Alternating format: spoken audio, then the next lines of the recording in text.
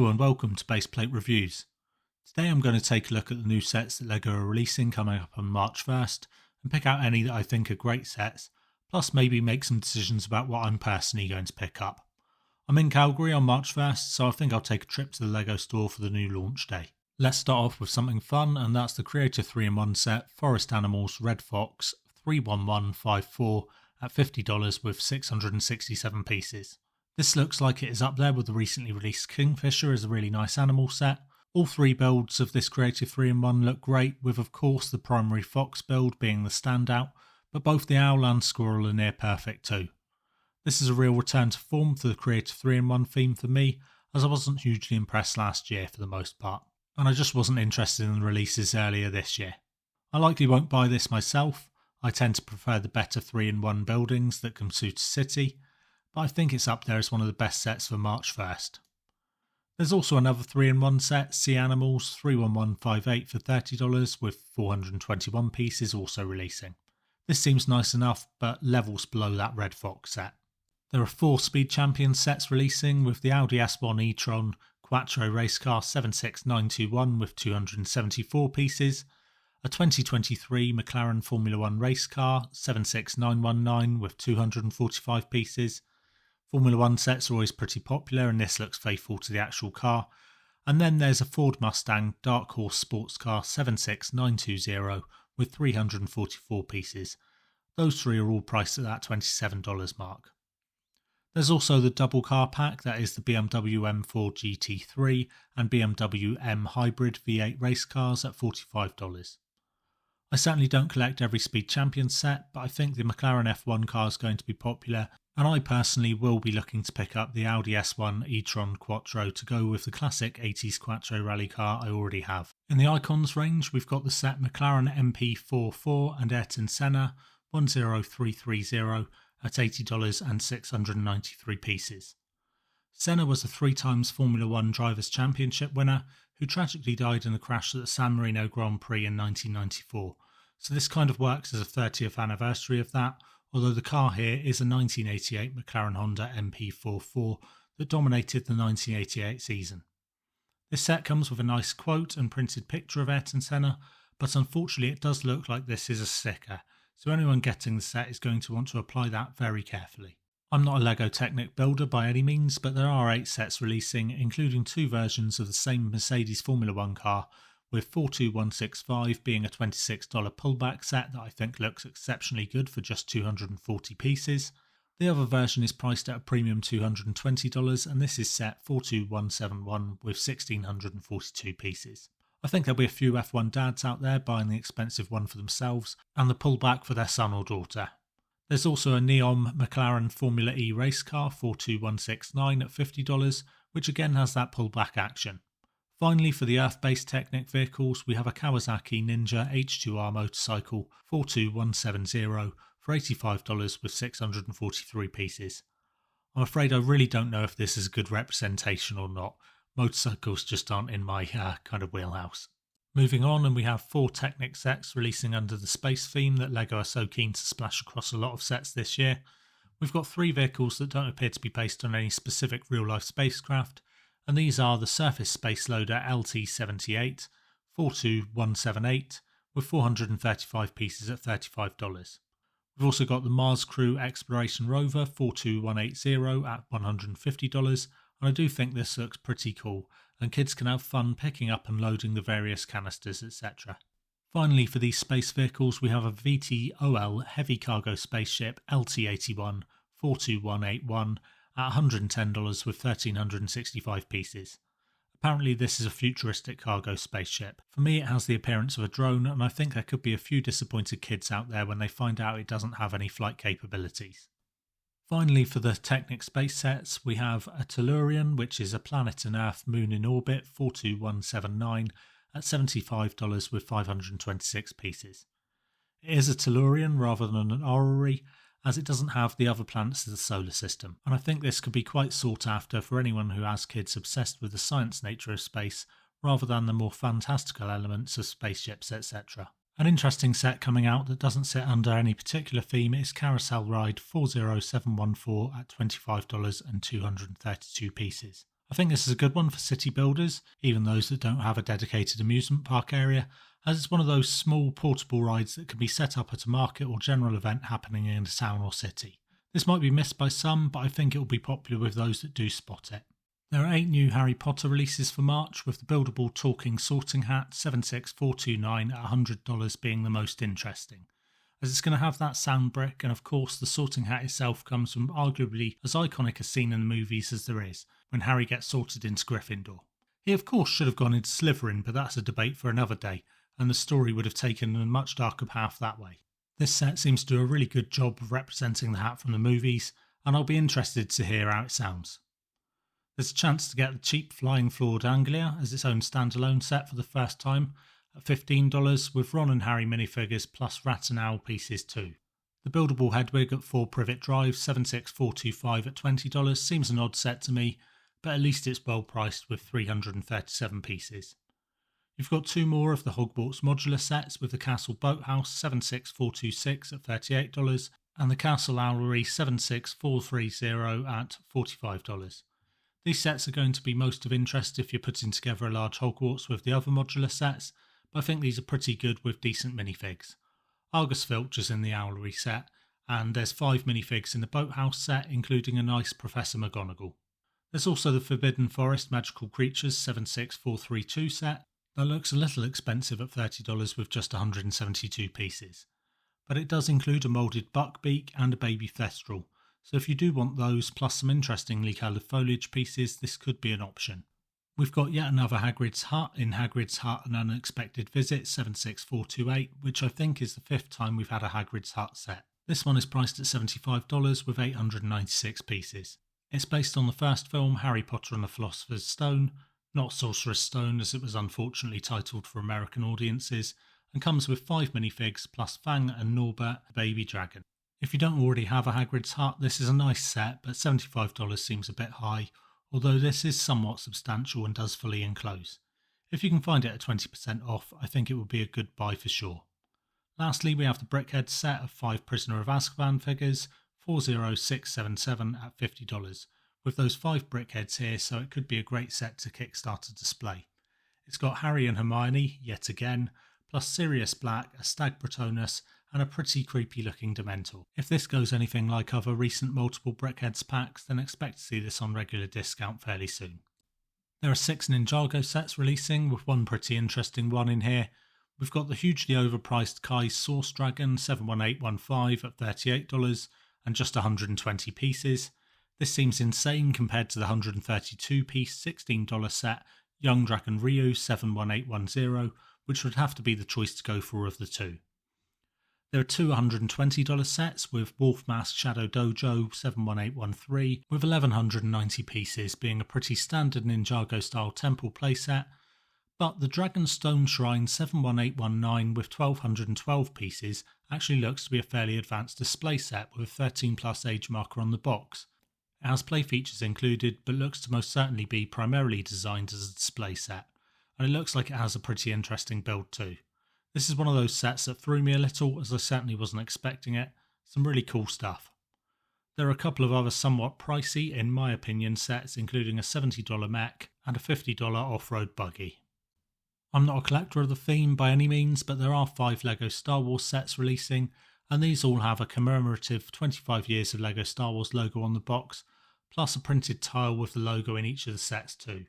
We've got 3 sets coming out that sit in the sub-theme of the Starship collection, following on from last year's very popular 75356 Super Star Destroyer.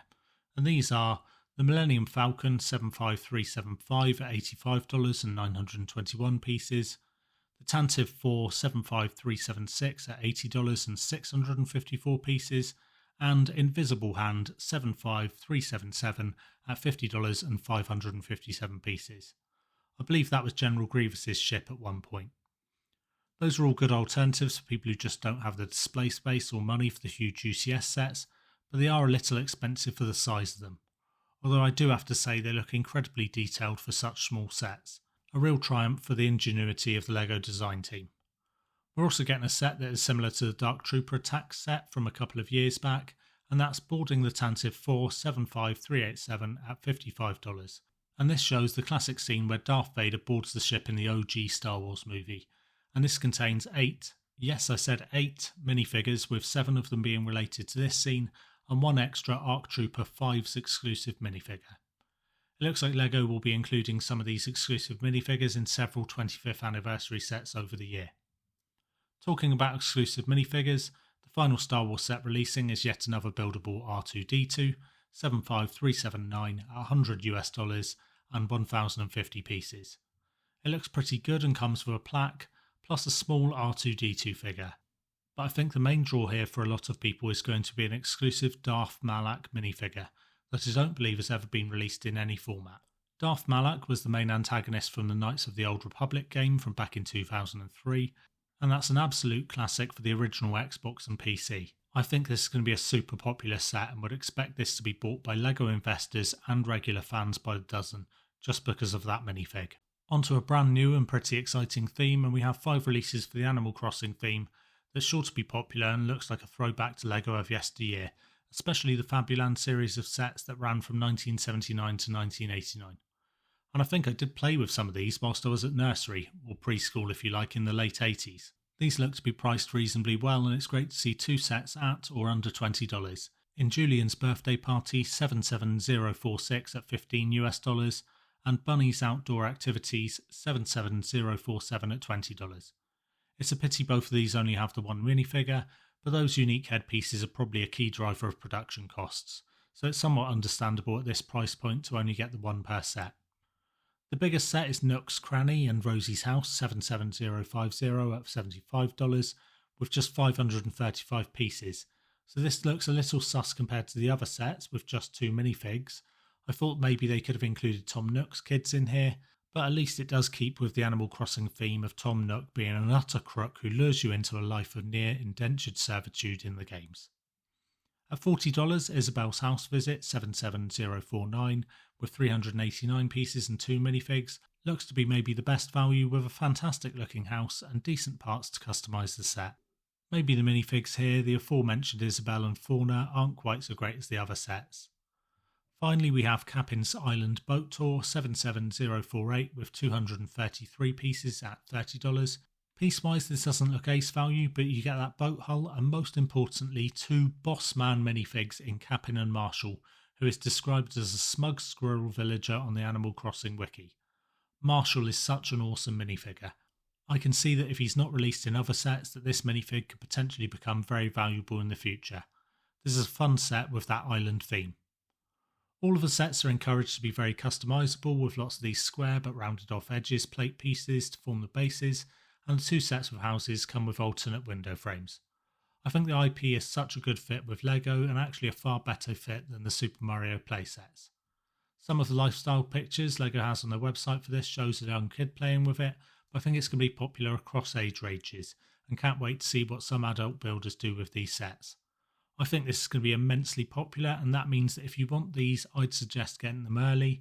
For such a successful company, LEGO sometimes doesn't seem to know how many sets to produce, with some themes on shelves and not selling forever. Hello Black Panther sets, and others almost impossible to get a hold of.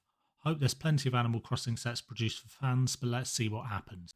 There are 3 SpiderMan sets releasing based on the Disney Junior Spidey and His Amazing Friends TV series, with Drill Spinner Vehicle 10792 at just $10 and includes Miles Morales as Miles Morales. It even says it on the box, people. Spidey vs Green Goblin 10793 at $20, and then the biggest set, Team Spidey Web Spinner Headquarters 10794 at $55, and that includes 5 minifigs including Spider-Man himself, plus the different superhero to Spider-Man, Miles Spin Morales. I never see anyone buying these sets, but they must be popular with the young demographic they aim for as they keep releasing them. There are also 2 Disney Duplo sets releasing, with a Cars set, Mac at the Race 10417 for $20, and a Frozen set, Elsa and Bruni in the Enchanted Forest 10418 at $30. Separate from the Duplo, there are 4 Disney Lego sets releasing, with a couple of major ones. We'll start off with the 2 Encanto sets, and we've got Mirabelle's photo frame and jewellery box 43239 at $30, and this appears to be very similar to some of the Failed Dots theme that's recently been canned by LEGO. Maybe it will do okay, but I'm not seeing it. The other Encanto set is some sort of Disney/Botanicals crossover with Isabella's flower plot 43237 for $40. It does make sense, as apparently Isabella's power is to make plants and flowers grow. If you can't tell, I haven't seen the film. However, I think the sets that people are more excited for are these two. First, we have a Buildable Stitch 43249 at $65 with 730 pieces. This set has some posable ears and you can remove the flowers on his head for a bit of customization. Stitch always seems to be a big favourite in terms of Disney merchandise, and I've seen plenty of people wearing jerseys etc. at the parks. It's another film I've not seen, but I think this set will be popular.